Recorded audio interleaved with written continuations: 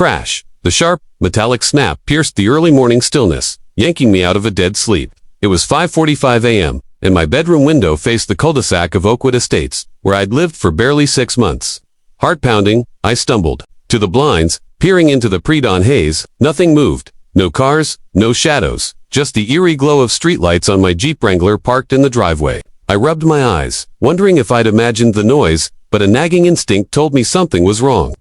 Grabbing my hoodie, I slipped on sneakers and headed outside to check, my breath fogging in the crisp November air. That's when I saw it, the heavy-duty steering wheel lock on my Jeep. A $150 steel beast designed to stop thieves was sliced clean in half, dangling like a broken toy. My stomach churned, a mix of shock and rage. Taped to the windshield was a note, scrawled in furious red ink. No junk vehicles in my neighborhood. HOA. The words hit like a punch. This wasn't just vandalism. It was a personal attack. And worse, this wasn't just any GPID, was an undercover vehicle for my job with the county police task force, packed with surveillance gear and trackers for busting criminals. Whoever did this had no idea the hornet's nest they'd just kicked. Asterisk, I'm Jake, 32, a detective with the Special Investigations Unit. My Jeep Wrangler with its weathered paint, dented fender, and mud-caked tires might look like a relic to some, but it's a carefully crafted disguise.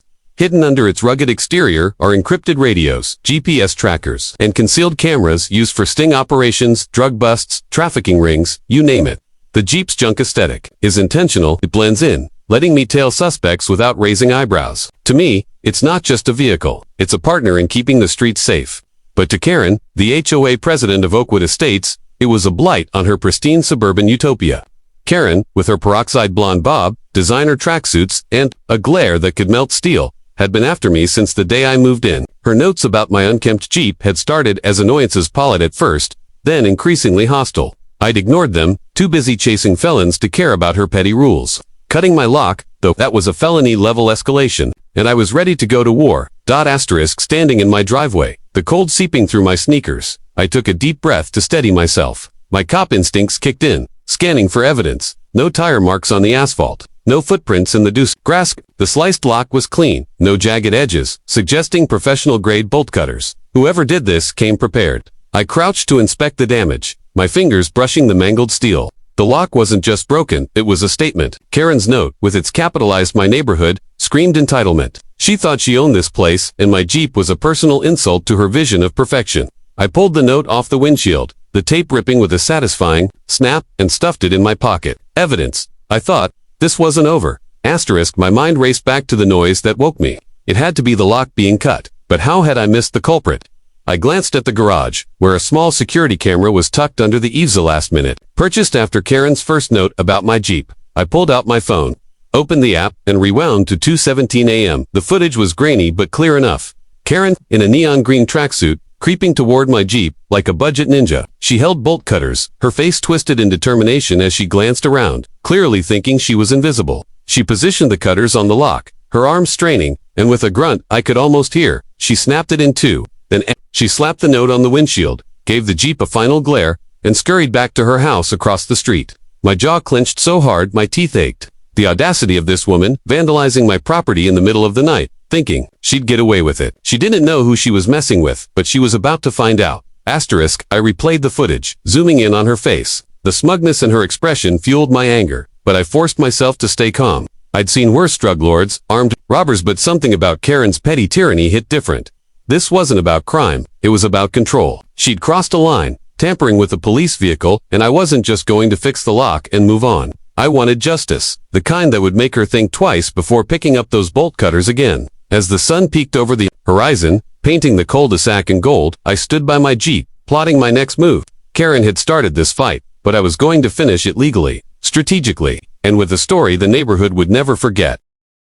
Karen wasn't just a nuisance, she was a suburban dictator, ruling Oakwood Estates with the ferocity of a drill sergeant and the pettiness of a reality TV villain. 50-something, with a peroxide blonde bob that looked like it was styled with a ruler, she patrolled the neighborhood like it was her personal kingdom. Her weapon of choice, a clipboard, always tucked under her arm, filled with lists of infractions she'd scribbled down with a smug flourish. Forgot to mow your lawn by Wednesday. Expect a $100 fine and a lecture about community pride. Parked your car a centimeter over the line. She'd slap a neon orange sticker on your windshield. complete with a typed note quoting HOA bylaws or emails, often sent at 3 a.m., were novella-length rants about mailbox colors, garbage can placement, and even the unacceptable shade of someone's front door. Neighbors whispered about her reign of terror over backyard barbecues, but few dared to challenge her. Paying her fines was easier than enduring her wrath. Asterisk, I'd heard the horror stories before I moved in.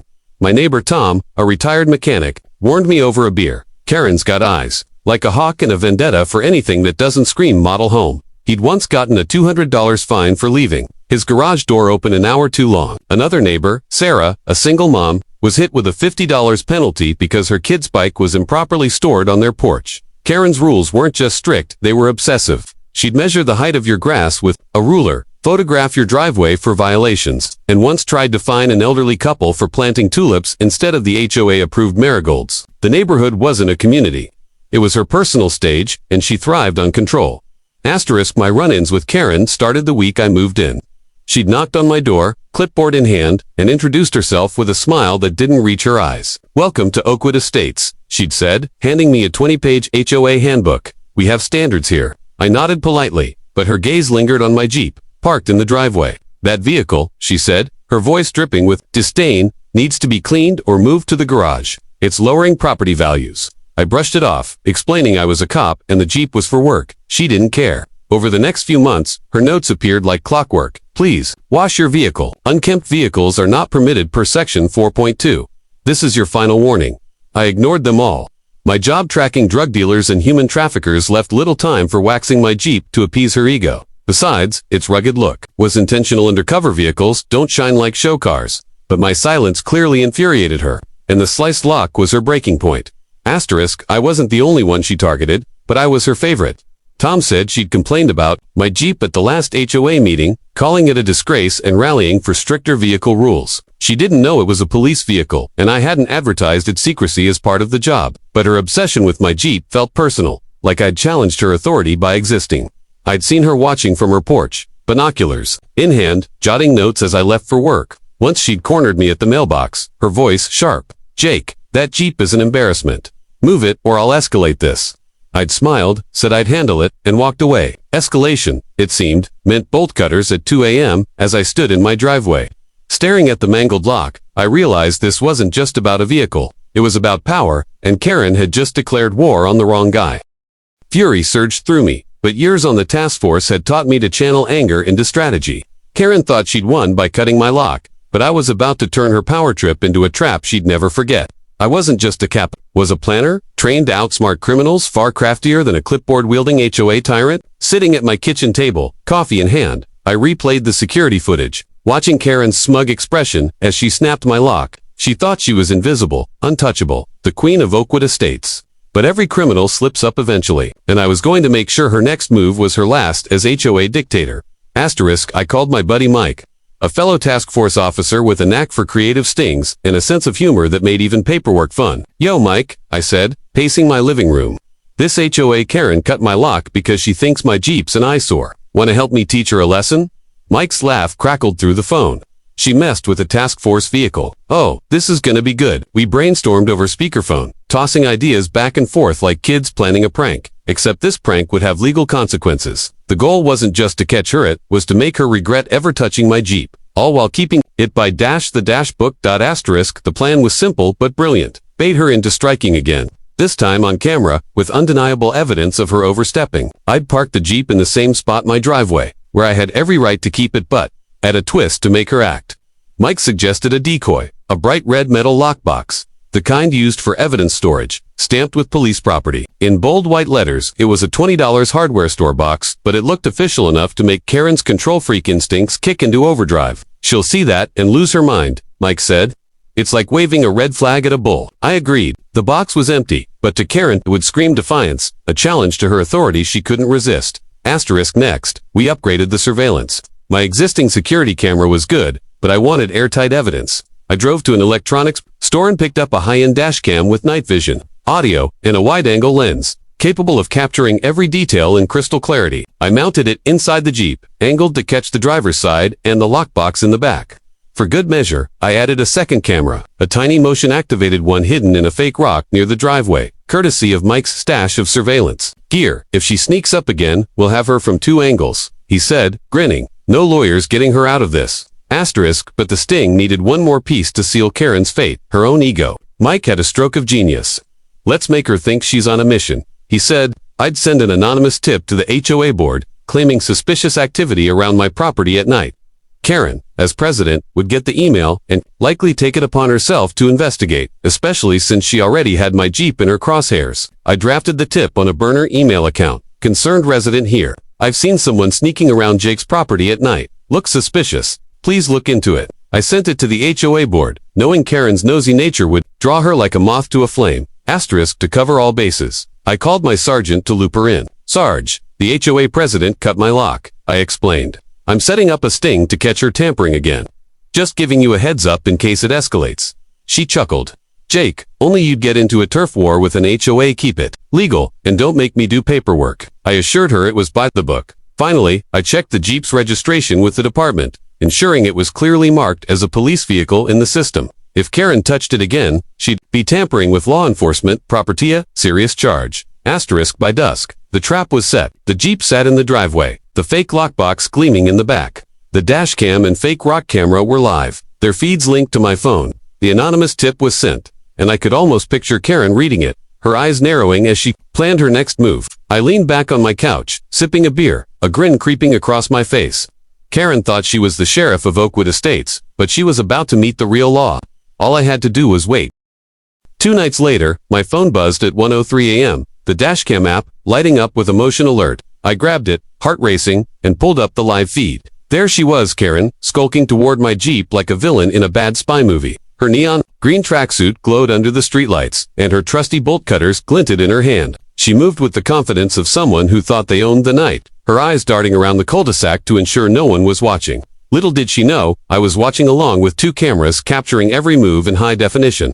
Asterisk Karen circled the Jeep, her lips pursed in that familiar scowl I'd seen during her mailbox ambushes. She paused at the driver's side, inspecting the new steering wheel lock. I'd installed a cheap decoy to keep her focused. Then her gaze locked onto the bait, the bright red evidence lockbox in the back, stamped with police property. In bold white letters, it was like flipping a switch. Her eyes widened, a mix of outrage and glee, as if she'd found the ultimate proof of my defiance.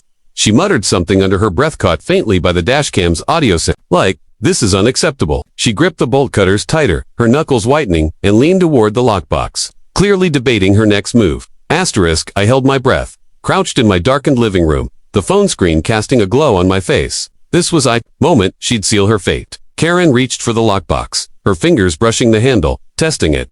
She tugged, realized it was locked, and let out an exasperated huff. Then, like a predator sensing victory, she positioned the bolt cutters around the lockbox's padlock, her face set in determination. The dashcam's night vision caught every detail, the sweat on her brow, the twitch of her mouth, the glint of triumph in her eyes. She was about to cross a line that would change everything. Asterisk before she could snap the lock. I hit the speed dial for dispatch, my voice low but steady. This is Detective Jake Carter, Special Investigations. I've got a suspect tampering with a task force vehicle at my residence, Oakwood Estates, requesting immediate backup. Silent approach. The dispatcher confirmed, and I kept my eyes glued to the feed. Karen was still at it, oblivious, her bolt cutters poised for action.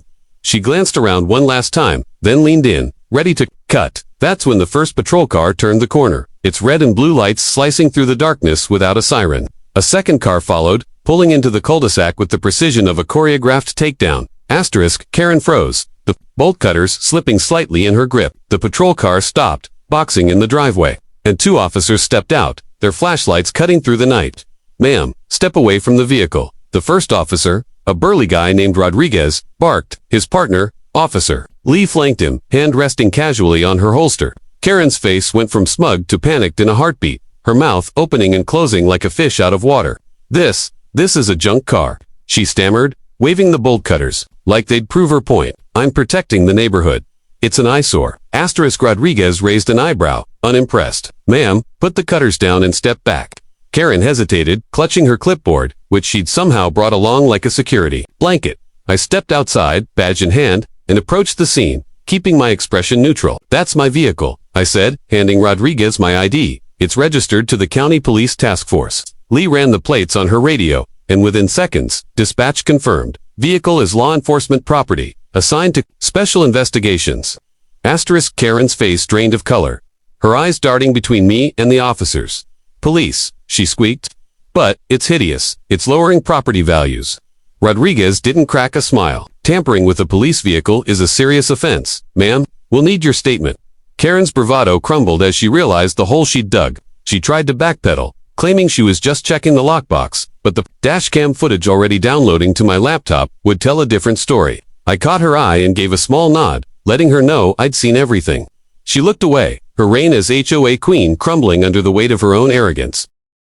The fallout from Karen's bolt-cutter blunder was a spectacle I'll never forget, a glorious unraveling of her suburban tyranny that felt like justice served with a side of popcorn. As officers Rodriguez and Lee stood in my driveway, their flashlights pinning Karen like a deer in headlights, her usual bravado melted into pure panic. Her neon green tracksuit seemed to glow with her desperation as she clutched her clipboard. Stammering, I was just protecting the neighborhood. That Jeep is a disgrace. Her voice cracked, loud enough to echo off the cold Usac's cookie cup. Houses Rodriguez, a grizzled veteran with zero patience for nonsense. Cut her off. Ma'am, you tampered with a law enforcement vehicle. That's not an HOA issue, it's a crime.